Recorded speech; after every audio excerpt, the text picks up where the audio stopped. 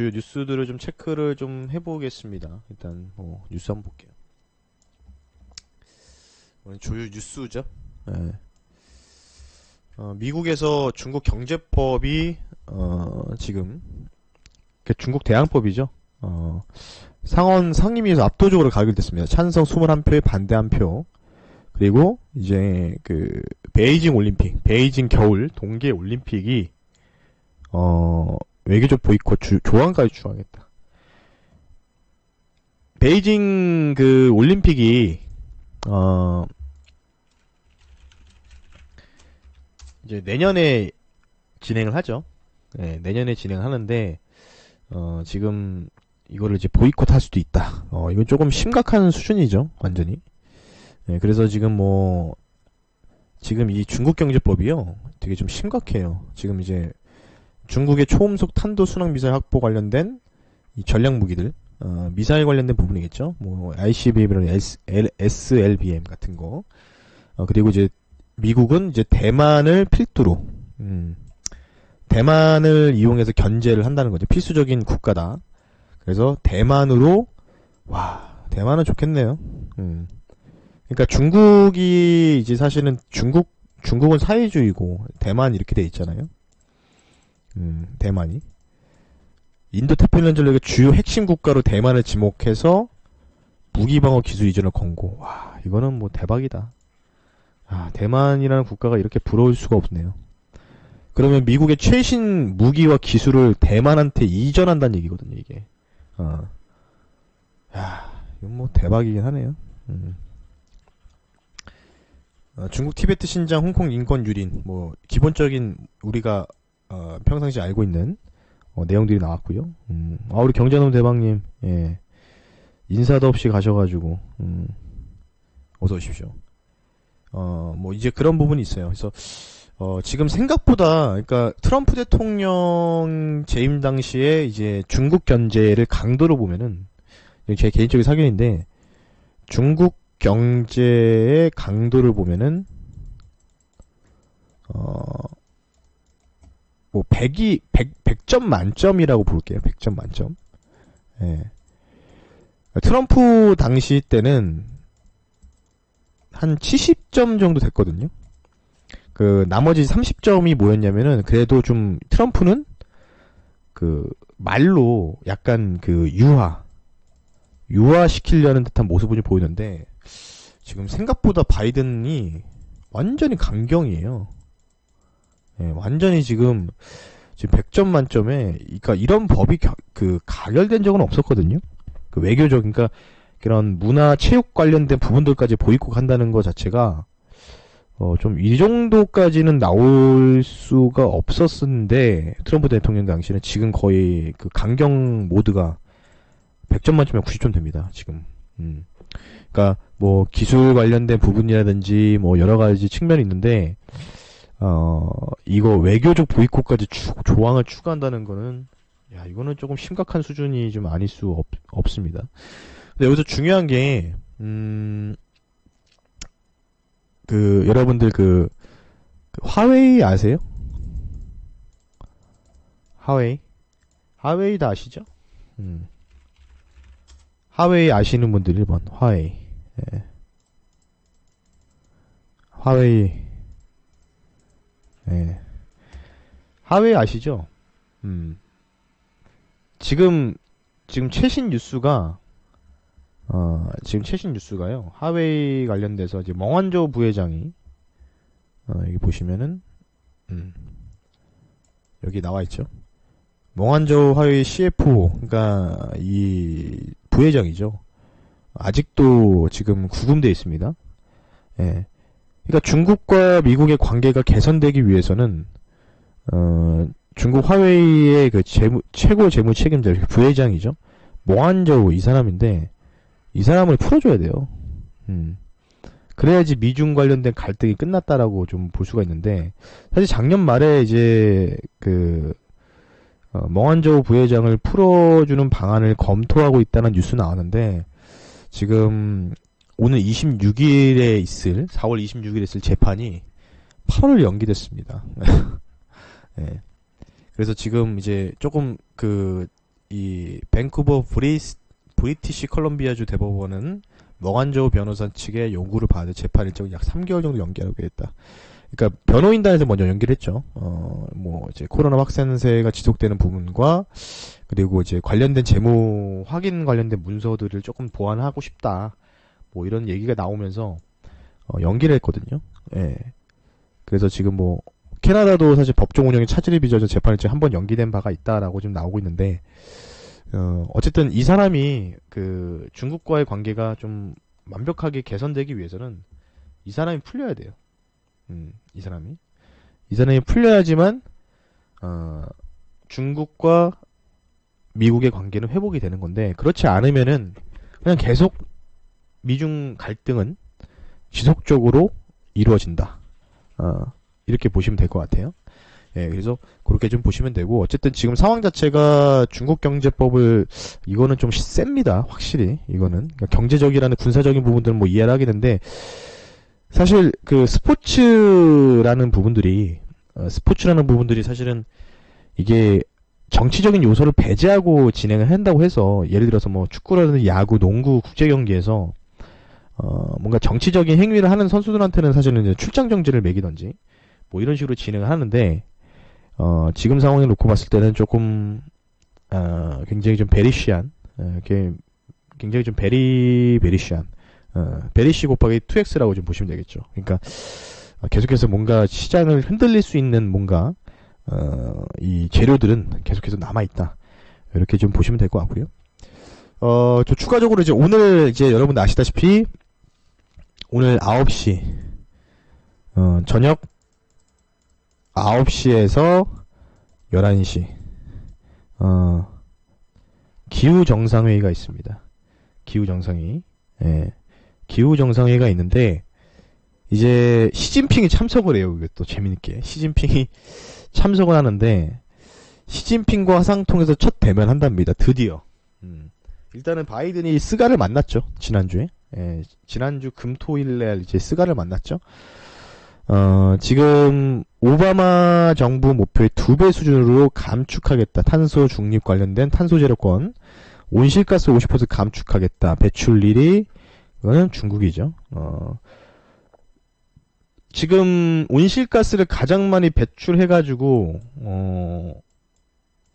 피해를 보는 국가가 누구예요? 누굽니까? 예. 누가 가장 많이 피해를 보고 있나요? 누가 가장 많은? 여러분들. 누가 가장 많은 피해를 보고 있죠? 지금? 누구죠? 누구?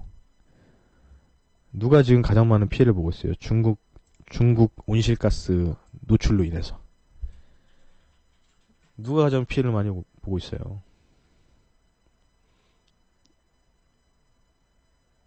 누구예요, 누구?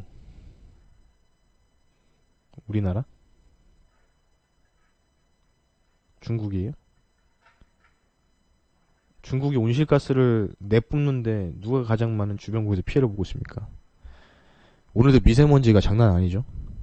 예.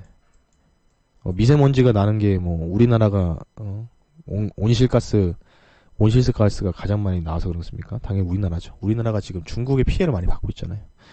지금 미세먼지가 나쁨이죠. 지금 미세먼지 서울 농도가 96이에요. 예. 굉장하죠 지금. 굉장한 수치죠.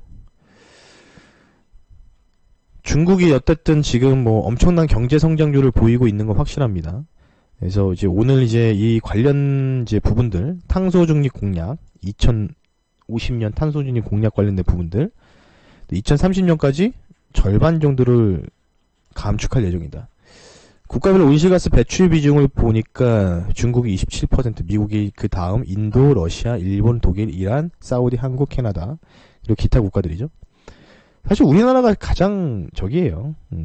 가장 사실은 좀 많은 지금 약한 부분들이라고 보시면 될 것 같은데 지금 중국이 이제 이거를 이제 50% 감축하는 거는 나누기 2하면은 한 대략적으로 13이 되겠죠. 13 정도 맞춰라. 13.5 정도를 맞추라는 거고.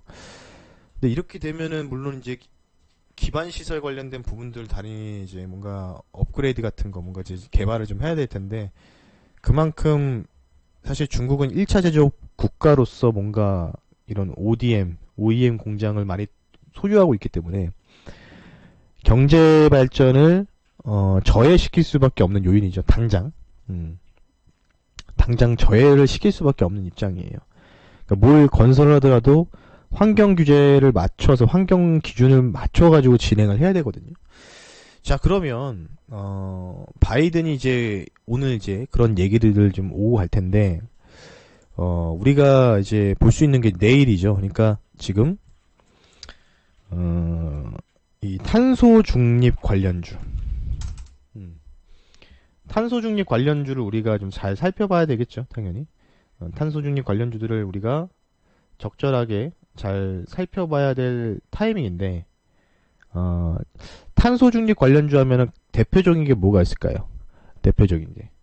탄소 중립 관련된 부분에서 실제로 진짜 이 탄소 가스 배출권,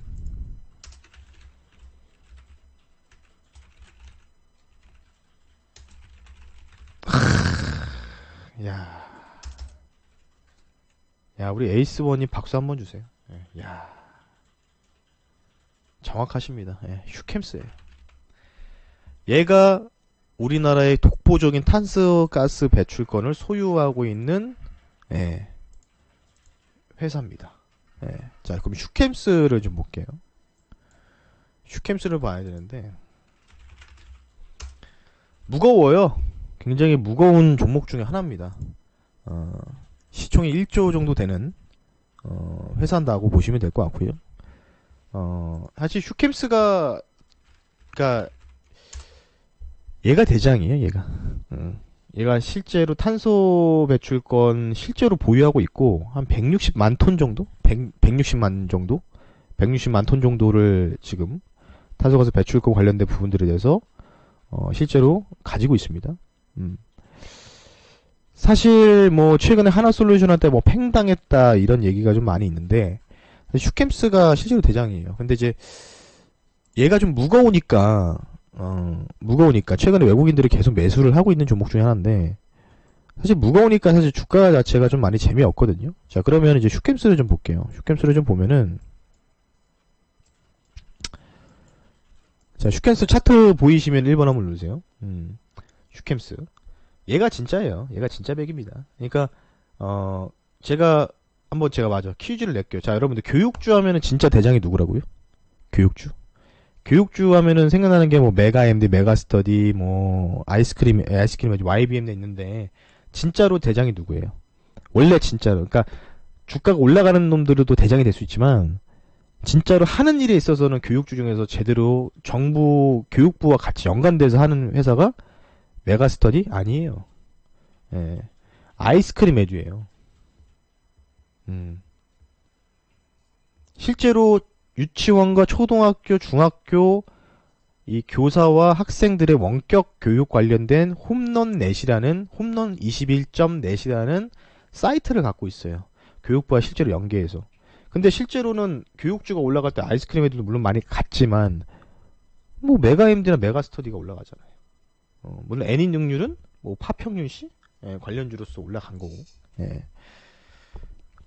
실제로 얘가 대장이라는 거죠. 자, 근데 이제 얘를 딱 보면은 주가를 이제 볼게요. 주가를 보면은 좀 그어볼게요. 얘가 이제 코스피 종목이죠. 코스피 종목이 있을 때 이제 뭐 코로나 팬데믹 때 당연히 다 떨어졌었고 그냥 이때는 모든 종목들이 다 그냥 폭락이 나오는 거죠. 쇼 때문에. 예. 근데 코스피 지수로 좀 환산했을 때 사실 코스피 지수 똑같이 하면은 이렇게 올라가요. 코스피 지수 이렇게 똑같이. 그리고 약간 코스피가 이렇게 올라가다가 내려왔다가 또 이렇게 올라가요. 그리고 야, 여기서 다시 그어야 되겠다. 좀 애매하네. 좀 가까이 좀 당겨서 그려야겠네. 예. 코스피 지수로 볼게요. 파란색 코스피 지수의 흐름입니다. 코스티 똑같이 올라가요. 이렇게.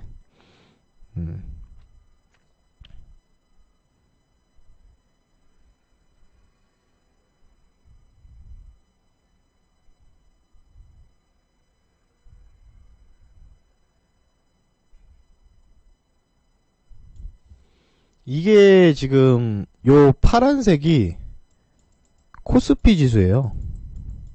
이해되시면 1번. 이해되시죠?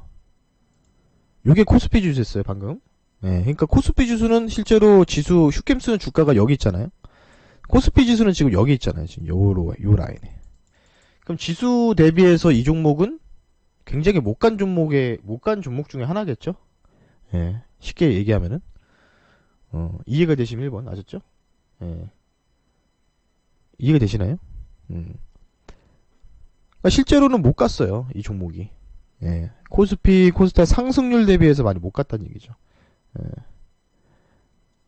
자, 근데 이제 중요한 거는 우리 MBN골드는 오늘 그냥 뭐 다들 뭐 오늘 기분 별로 안 좋으세요? 자, 우리 자리에 계신 분들 1번 하면 오늘 유튜브 반응은 좋은데 자, MBN골드 접속하신 분들 자리에 계신 분들 1번 한번 눌러주세요. MBN골드 접속하신 분들은 자리에 계시면 1번. 예. 우리 대답하시는 분들만 대답하시고 아무도 지금 뭐 들어오셨는데 대답이 없으세요. 예. 유튜브는 대답 안 하셔도 됩니다. 유튜브는 뭐 워낙 유튜브가 더 지금 유튜브는 사실 별로 안 들어오셨거든요. 근데 지금 뭐 MBN골드는 오늘 뭐 기분 안 좋으세요? 예. 역시나 대답하시는 분들만 대답하시는구나. 예. 다른 분들은 뭐 오늘 기분이 별로 안 좋으신가 봐. 예. 예. 예. 감사합니다. 사실 슈캠스가 대장이에요. 자, 그러면 이제 슈캠스가 사실 코스피 200인데 코스피 지수 대비해서 못 갔죠? 못 갔죠? 못 갔죠? 못 갔죠?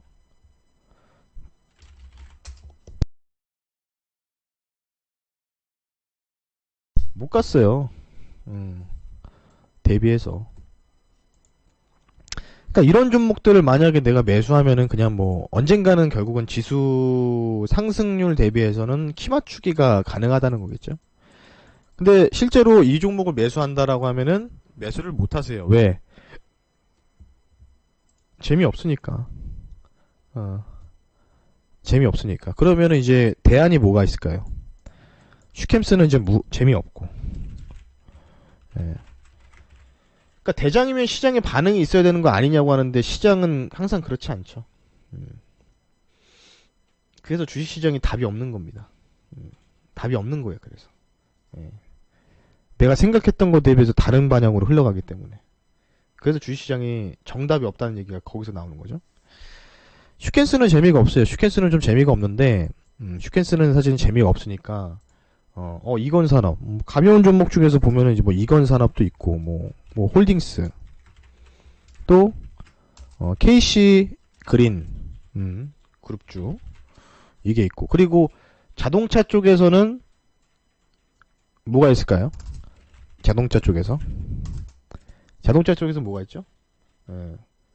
배기가스 관련주들 자동차 부품주 중에서 이런 종목들이 있겠죠? 뭐 실제로는 이제 보면 세종공업, GMB 코리아 뭐 등등 여러 가지 종목이 있다는 거죠. 자, 이건산업을 볼게요. 이건산업. 이건산업이 이제 조금씩 올라가고 있죠. 일단 화상기후 정상회의. 근데 사실 이건산업도 주가 자체가 생각보다 지금 못 가고 있어요. 지수 대비해서. 그리고 이건홀딩스. 이건홀딩스가 좀 많이 올라갔죠. 지주격을 가지고 있으니까. 그리고 KC그린, KC코트렐, KC그린 홀딩스. 주가 자체가 좀 많이 올라가고 있고요. 자동차 배기가스 관련 부품주들, 세종공업. 예, 뭐 제가 최근에 방송에 추천한 종목이죠. 세종공업, 그리고 뭐 GMB 코리아 등등. 대부분 거의 비슷한 행태를 보이고 있는데, 자, 그럼 일단은 지금 그냥 간단하게 말씀드릴게요. 만약에 이제 세종공업을 예를 들어서 설명해 드리면, 이게 이제 3일 전에 제가 이게 TV에서 관심 종목 추천한 종목인데, 좀 약간 좀 올라가고 있는데, 이게 자동차 배기가스 머플러 만드는 회사거든요. 근데 이제 실제로 보면은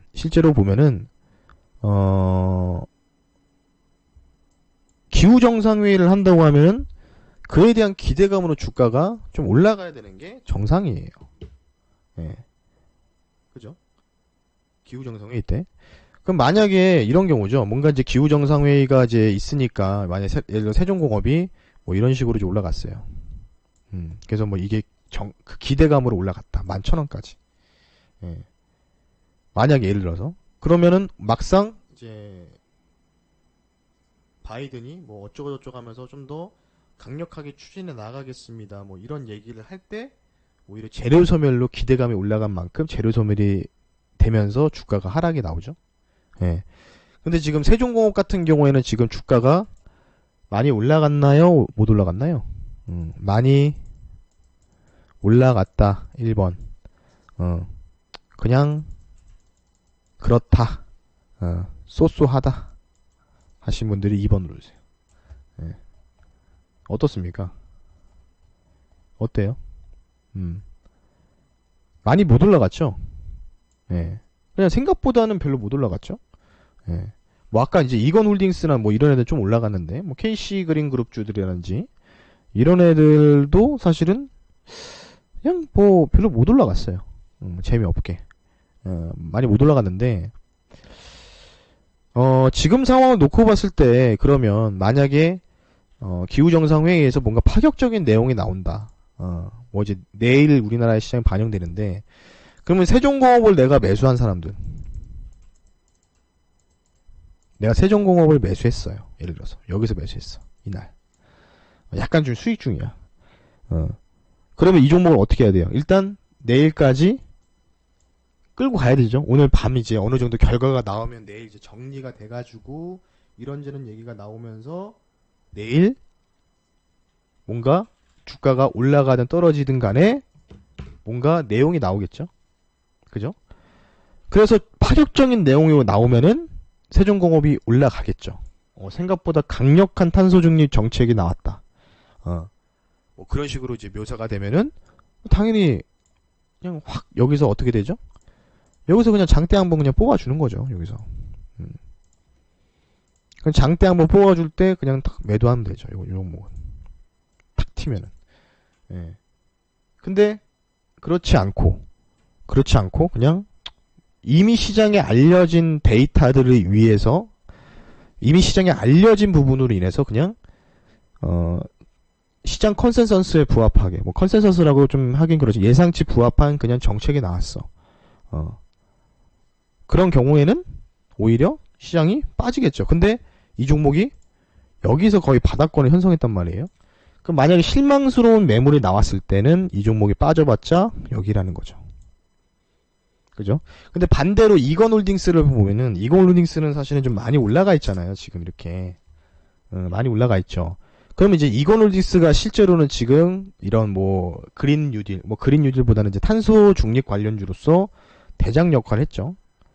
그러면 오히려 이 회사는 어떻게 되죠? 이 종목은 파격적인 내용이 나오든 파격적인 내용이 나오지 않든 간에 주가는 살짝 떴다가 이격 조종이 진행될 가능성이 있다는 거겠죠. 예. 그러면 오히려 반대로 2등주, 3등주였던, 예를 들어서 세종공업, GMB 코리아, KC 그린리스, KC 코트렐, 휴캠스, 이런 애들이 1등주가 너무 많이 올라갔으니까 2등주들이 1등주가 되기 위해서 변모를 한다는 얘기예요. 그럼 내일 여러분들이 뭔가 매매를 할 때는 이건홀딩스가 주가가 어떻게 되는지 보고, 그러니까 이건홀딩스가 만약에 주가가 굉장히 좋은 정책이 나왔고 탄소중립 관련해서 굉장히 강력한 정책이 나왔는데 주가가 생각보다 못 가. 그럴 때 탄소중립 관련돼서 2등주, 3등주, 자동차 부품주라든지 나머지 탄소가스 배출권 관련 이런 무거운 놈들이라든지 시장에 소외받고 있던 친구들이 자연스럽게 올라간다는 얘기예요. 이해가 되시죠? 그러면 여러분들이 내일 만약에 이거 관련주 가지고 단타를 쳐야 돼. 단타를 쳐야 돼요. 그러면 이 종목을 매수할 거예요? 아니면 세종공을 매수하실 건가요? 어떤 걸 매수하실 거예요? 당연히 2등주, 3등주를 매수하시는 게 훨씬 더 이득이 된다는 얘기겠죠. 여기까지 이해가 되시면 7번 눌러주세요. 여기까지 이해가 되시나요? 네. 여기까지 이해가 되시죠? 네. 그렇게 접근을 하시면 됩니다. 예. 그래서 아마 내일 뭐 정책이 얼마나 강력하게 나올지는 뭐 저도 모르죠. 시장 뉴스가 이미 퍼진 정책 대비해서 그 정도 뉴스가 나오면서 그냥 부합할지, 아니면 좀 더 뭔가 특별한 이슈들이 이제 나오면서 뭔가 정책적인 부분들이 큰 기조의 변화가 나올지, 요거는 이제 오늘 밤 이제 아마 내일 아침에 여러분들 주무시고 나서 일어나면은 대략적으로 아실 것 같아요. 제가 볼 때는. 예, 대략적으로 아실 수 있다, 이렇게 보시면 되고. 자, 다음 뉴스를 보겠습니다. 지방대도시 중심 관역 철도망 서해 고속철 신설 전국 2시간대. 제4차 국가철도망 관련된 이 광역경제권, 이제 점진적으로 지금 보시면 지도가 굉장히 복잡한데, 한국교통연구원에서 오늘 공청회를 열어가지고 이제 2030년까지 지금 이제 뭐 SRT, 뭐 분당에 있는 SRT 수서 이렇게 뚫려 있죠. 뭐 이렇게, 그리고 뭐 KTX 뭐 마찬가지로 이렇게 뚫려 있죠. 똑같이. 예. 관련돼서 이제 전국을 이제 그 홈링화라고 해가지고 전국 8도는 아니죠. 전국을 2시간에서 3시간 내로 생활권 내로 들어오게 만드는 경제. 예. 경제겠죠. 지금 탄소 중립이잖아요. 그러니까 자동차 관련된 부분들이 이제 전기차라든지 이쪽으로 변모하면서, 그러면서 자연스럽게 전국을 먼 거리를 2시간 내로 광역 경제권을 만들 수 있는 이 철도 사업이 시작이 됐습니다. 여러분들, 철도 사업이 시작된다는 의미가 뭔지 아세요? 예전에 그 박정희 때 우리나라 경제가, 박정희가 뭐 독재를 했지만 경제가 완벽하게 우리가 경제가 엄청난 성장을 보였던 게 무슨 사업인지 아세요? 새마을 운동 속에서 무슨 사업일까요? 무슨 사업이죠? 여러분들? 건설? 네, 건설이죠. 대표적으로는 뭐가 있었어요? 남들이 다 미친다고 했을 때, 그렇죠. 경부고속도로. 네. 이걸 놨잖아요. 이걸 놨잖아요. 경부고속도로를. 네. 경부고속도로 아시죠? 네. 이거를 딱 놨잖아요. 이걸 딱 놓으면서 이 경부고속도로를 서울에서부터 탁 하면서 그냥 뭐 쫙 뻗어나게 만들어요. 전국을. 네? 서울시 양재동에서 부산까지 이거를 만들었잖아요. 총 430km의 고속도로를 만들었죠. 고속도로. 이게 놓여지면서 우리나라 경제 성장이 엄청난 결과가 초래된 거예요. 네. 이게 그만큼 이 물류 관련된 부분이겠죠. 예. 사실은 이게 고속도로가 나오기 전에는 엄청나게 사실은 이제 뭔가 이제 교류라든지 이런 게 좀 늦어졌단 말이에요. 고속도로를 딱 놓는 순간부터 이게 굉장히 이제 성장률 자체가 틀려졌죠. 왜냐면 공장도 다 이쪽으로 다 이전하면서 지방에 있는 공장들이, 산단들이 만들어지면서 이쪽의 경제를 같이 광역으로 해가지고 부활시켰잖아요. 대표적으로는 뭐죠? 창원 마산 산업단지. 뭐 대구도 마찬가지겠죠. 예. 그렇게 만들어냈죠. 그렇게 만들어내면서 어떻게 됐죠? 경제 성장률이 엄청나게 증가한 거예요. 근데 우리가 주목해야 될 병은 바로 철도죠. 철도를 놓겠다. 예. 지금 사실 서해안 쪽으로는 없거든요. 그리고 이 강원도 여기는 없어요. 왜냐면 지금 대부분 이렇게 돼 있죠.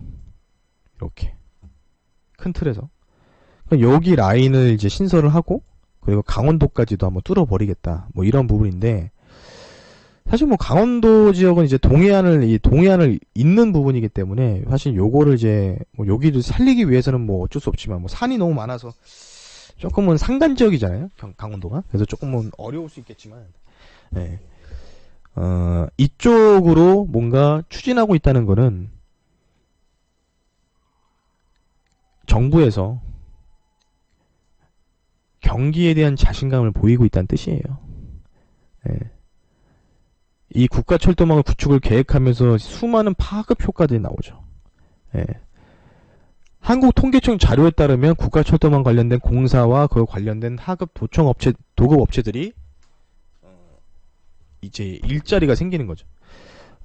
물론 이제 4대강 사업으로 뭐 건설업이 호황이 되면서 이명박 정권 당시에 그러면서 이제 사실은 뭐 해먹었다 안 해먹었다 이런 건 다 관심 없고요.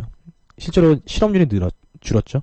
이 광역철도망 관련된 부분에서 하급 도급 업체들까지 포함하면은 여러분들 취직할 수 있는 일자리를 구할 수 있는 사람들이 몇만 명인 줄 아십니까? 한국통계청 자료에 의하면 이 사업에 뛰어들어서 공사할 수 있는 인력이 그리고 부품이라든지 여러 가지 부분들이겠죠. 총 4만 6천 명이랍니다. 직간접적으로 고용 인력이. 예. 거의 5만 명 되죠.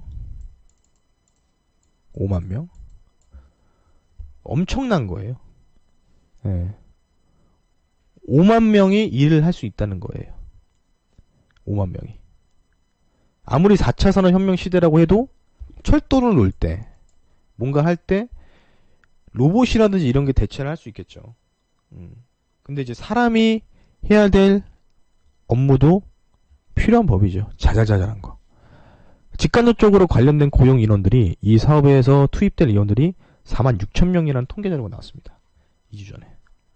예. 엄청난 성과가 나올 수 있다는 거겠죠. 그러면 당연히 이 4만 6천 명이 한 가구당 또 가장들이니까 그에 대해서 파급 효과는 당연히 한 가구당 3명에 4명이잖아요. 4명을 가정했을 때는 16만 명이 경제적인 효과를 볼 수가 있다는 거죠. 기본적으로. 이 관역철도망 관련된 고속철 사업이 오늘 공청회를 통해서 발표가 됐습니다. 총 투자 금액은 114조 원. 엄청난 규모죠. 10년 동안 2021년부터 2030년까지. 실제로 이제 아마 대부분 의견 수집이 되고 이제 설계 계획이 이제 잡히는 시점이 올해 말. 그리고 내년 초가 22년도겠죠. 22년 상반기 안으로는 첫 삽을 뜨자. 그런 상황이 놓여 있어요. 예. 그런 사업에. 그럼 우리가 앞으로 관심을 가져야 될 섹터가 여러분들 어느 섹터입니까? 앞으로 이런 종목들이 차후에는 굉장히 강세를 보일 수밖에 없겠구나라는 섹터가 생길 수밖에 없죠. 어떤 건가요? 어떤 관련주들이 앞으로 주도주가 될 가능성이 높겠습니까? 어떤 관련주들일까요? 철도망을 계획한다.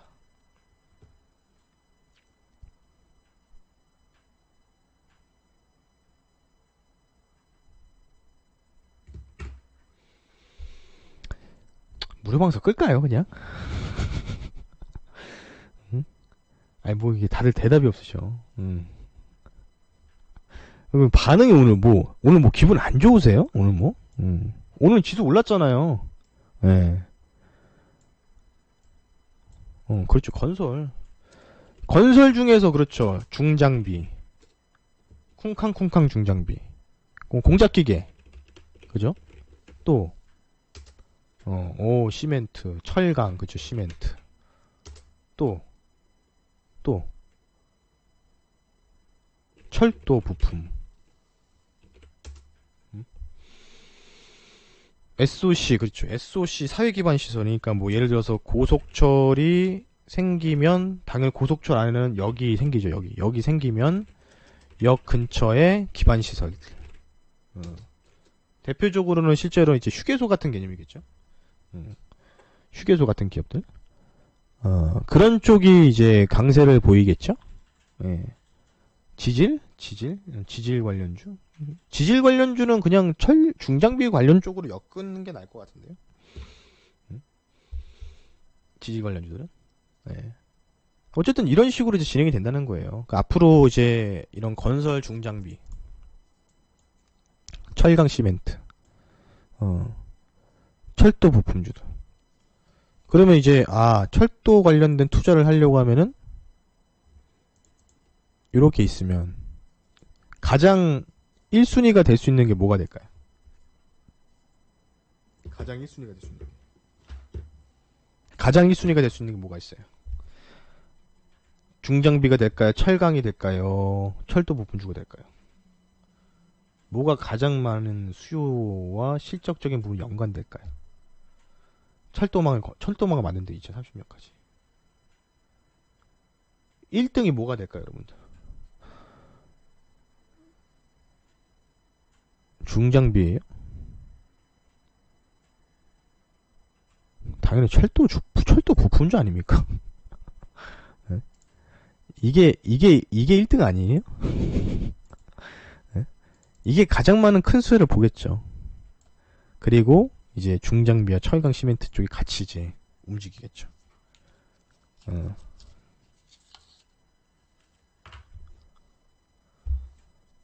땅을 파든 말든 그냥 먼저 고속철이라든지 관련된 부품들이 미리 수주를 받고 계약이 들어가죠. 언제까지 만들어 달라. 예. 관련주 동향 잘 살펴보실 필요가 있을 것 같습니다. 예, 관련주 동향. 관련주 동향을 잘 살펴보실 필요가 있죠. 여러분들 고속철 하나, 예를 들어서 이제 그 지하철이죠. 전동차라고 부를게요. 전동차. 전동차 하나 만들 때, 한 개의 한 열을 만들 때, 얼마나 걸릴까요?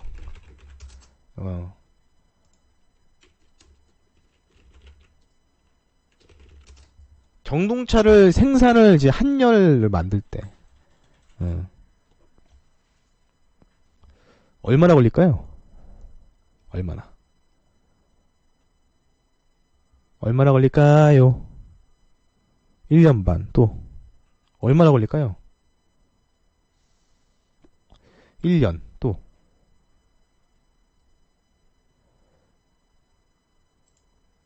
얼마나 걸릴까요? 대충 찍어보세요. 1년, 3년, 2년. 또 3년.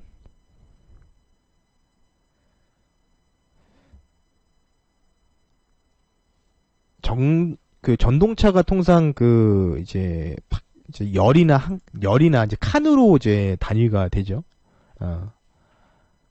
단위가 되는데, 그러니까 이게 고속철과 좀 달라요. 고속철 SRT라든지 KTX라고 이제 칭하게 했습니다. 물론 이제 이쪽 서해안과 이제 충청도 광역철도망 쪽으로 이어지는 거를 이제 새로운 이름이 나오겠죠. 한양. 한양이 좀 더 정확하겠네요. 1양. 예. 1호. 1호. 뭐 이렇게 되겠죠. 이게 하나 만들 때 얼마나 걸리냐면,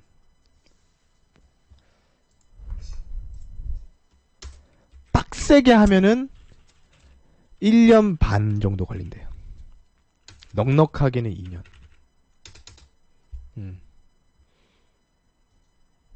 이해되세요? 빡세게 하면 1년 반, 널널하게 하면 2년. 널널하게 하면. 그래서 계약을 하면은 통상 한 2년 정도를 잡고 계약을 하는 거죠. 야, 우리가 700억 정도 줄 테니까, 예를 들어서, 이제, 서울시 지하철 공사가, 현대 로템이나, 다원시스, 이런 애들한테, 야, 우리가 2년 정도 줄 테니까, 700억 줄게. 만들어줘. 계약 기간을 명시하죠. 언제까지 만들어달라고. 예. 그러면 현대로템이라든지 다원시스 이런 애들은 700억이라는 돈이 당장 있어요, 없어요? 700억이라는 돈이 없잖아요.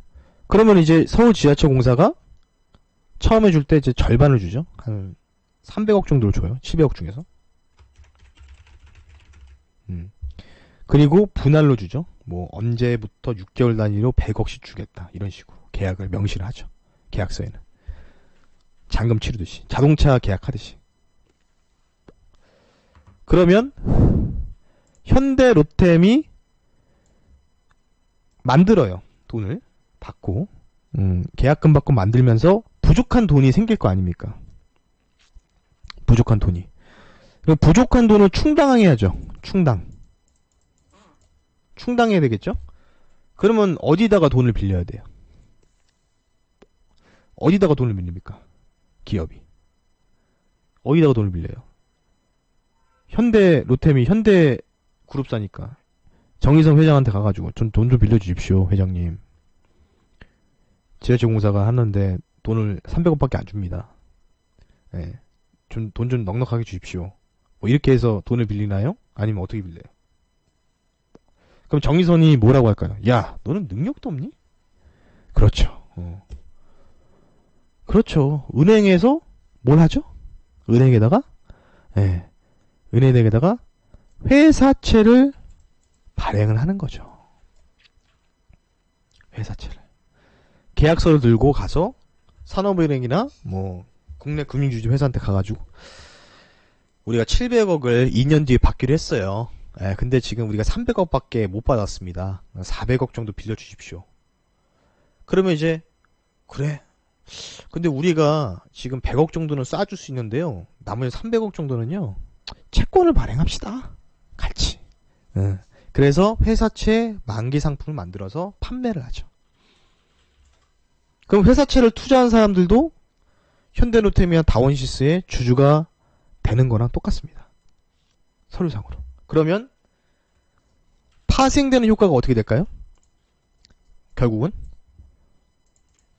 관련된 부품주들이 있겠죠. 그러면은 이제 뭐 부품주들이 움직이고, 그리고 또 이제 뭐 건설 쪽, 건설 장비, 건설사, 이렇게 순환매가 올라가면서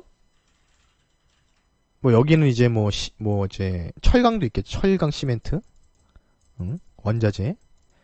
그리고 마지막에 움직이는 게 뭔지 아세요? 은행주예요. 왜? 여러분들 은행주들이 여러분들이 적금 넣어가지고 대출금리로 먹고 사는 줄 아세요? 전혀 아니에요. 중간에 브로커징 마진을 남긴다는 거죠. 수수료 떼먹는 사업을 하는 거예요. 개인들한테 대출금리로 물론 그런 부분에서 수입이 발생하지만, 흑자가 나오지만, 실제로는 이런 뭔가 건설 경기가, 어찌면 철도도 건설 경기가 호황이잖아, 호황. 호황이니까 그 건설 경기를 좀 맞춰가지고, 어찌 보면은, 브로커진 마진을 남기는 거죠. 그러니까, 회사채 발행할 때, 우리가 이거 여러분 투자하면 6% 이자를 줄게요. 그 6% 이자에서는 실제로는 계약서는 8%니까 여기서 2%를 떼먹는 거예요. 근데 이 금액이 크잖아요. 뭐 기본 단위로 500억, 300억, 뭐 700억 이러니까 이런 짜잘짜잘한 돈을 모아가지고 브로커징 마진을 남겨먹는 게 바로 은행들이 수익이 나는 구조라는 거죠. 그래서 은행원들이 최근에 은행을 방문하신 분들 보면은 뭐 펀드라든지 이런 것도 뭐 판매를 하지만 회사채 한번 투자해 보시겠어요? 현대로템 딱 하면은 알잖아요. 뭐 KCC 건설.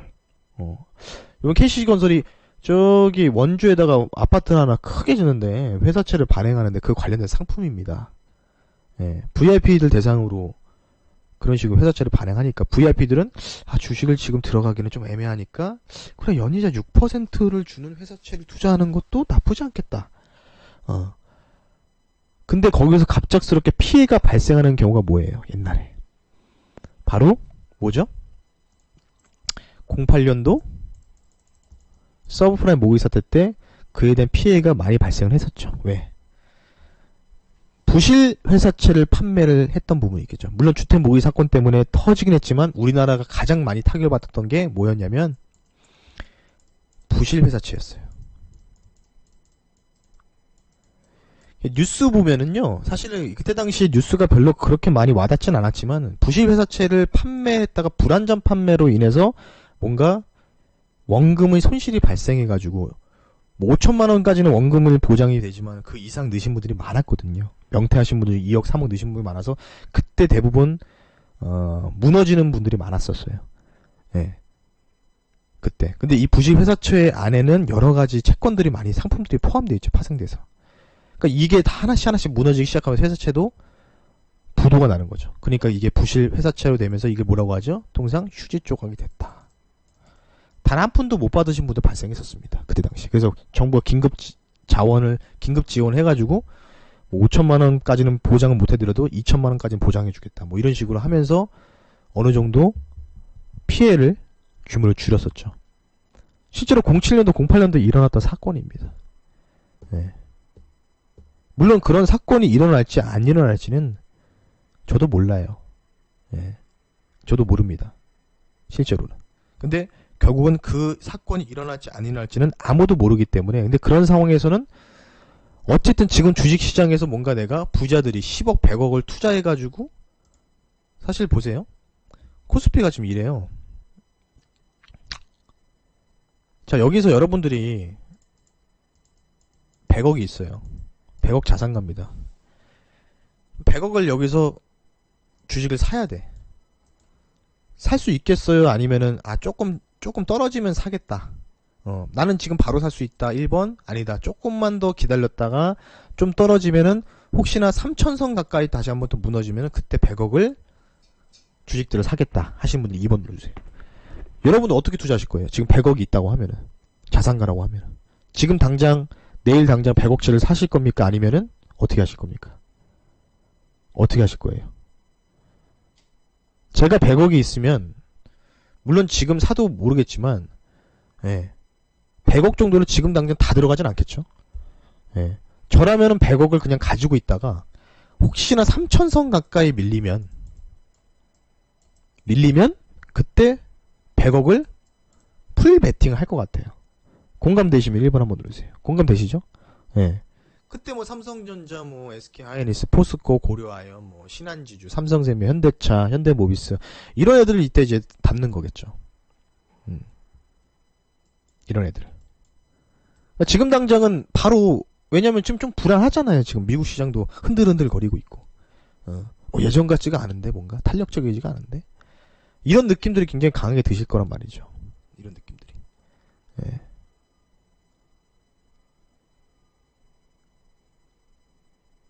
이해가 되시죠? 예. 그래서 지금 최근에 그 좀 돈 좀 있는 분들이 대부분 회사채 만기도래 3년짜리에 투자를 많이 하고 계십니다. 예. 진짜 찐부자들은. 코인 들어가기도 솔직히 좀 부담스럽잖아요. 100억치를 어떻게 비트코인 다 사요. 예. 부담은 당연히 된다는 거죠. 당연히.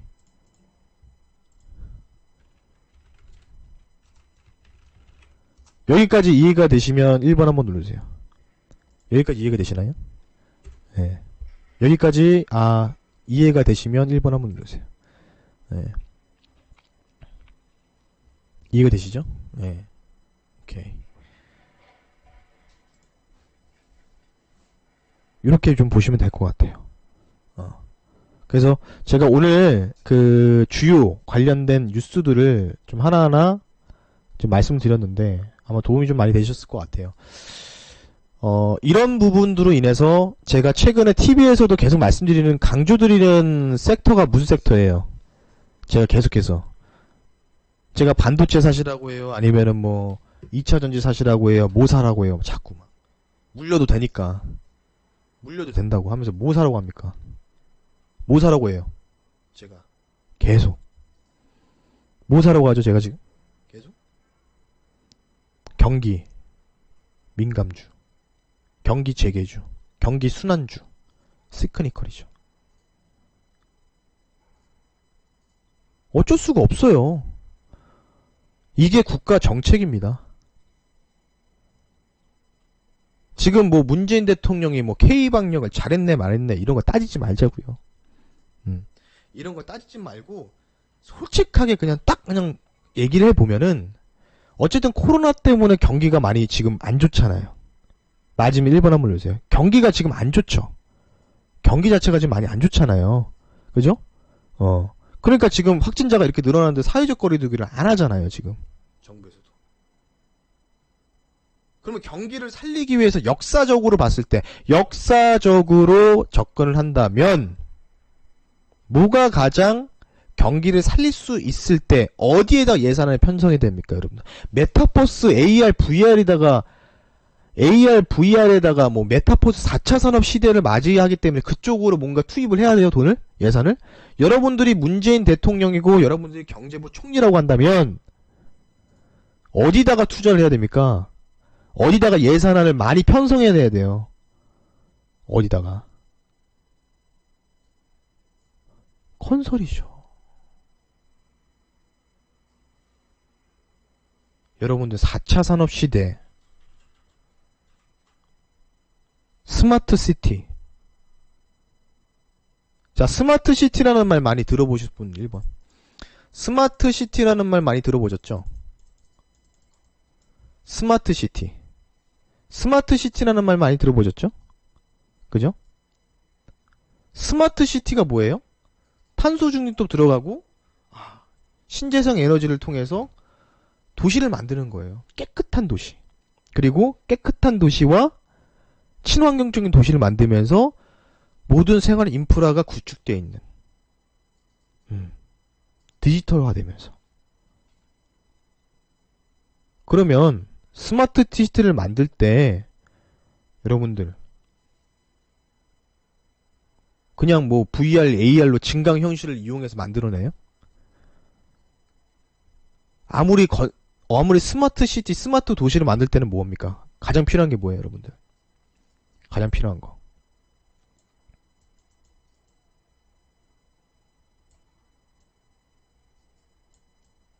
이게 뭐죠? 이게 뭐예요? 이게 뭔지 아시는 분? 예. 이게 뭔지 아시는 분? 예. 그림이 적절한지 모르겠지만 이게 삽입니다, 삽. 예. 삽이 뭐죠? 삽이? 예. 삽이 뭡니까? 그러니까 자율주행 전기차를 만들려면은 공장을 만들어야 되잖아요. 예. 예? 아무리 자율주행을 만들고 자율주행도 센서를 달리고 그 관련돼서 도로를 깔아야 되잖아요. 도로망을 구축해야 되잖아요. 전기차를 만들거나 수소차 만드는 공장이 필요하잖아요. 그럼 그거를 그냥 뭐 굴삭기인 줄 아셨어요? 삽이죠, 삽. 삽이 뭐예요, 여러분? 삽이? 삽을 뜬다. 첫 삽을 떠야 된다. 삽이 뭡니까, 삽이? 삽이 상징하는 의미가 크죠? 무언가를 짓는 거죠. 무언가를 짓는 거란 얘기예요. 무언가를 짓는다. 건설의 대표적인, 그렇죠, 시작한다는 거죠. 그 속담도 있잖아. 첫 삽을 띄어야 된다, 뭐 이런 얘기 있잖아요. 그거 갑자기 기억이 안 나네. 예.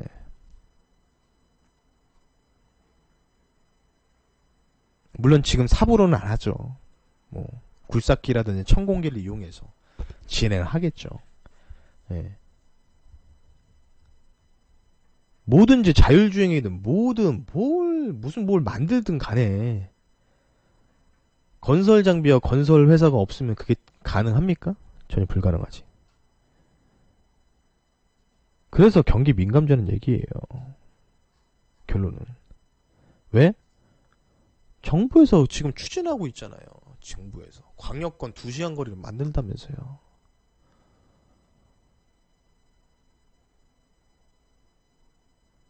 우주항공 관련주?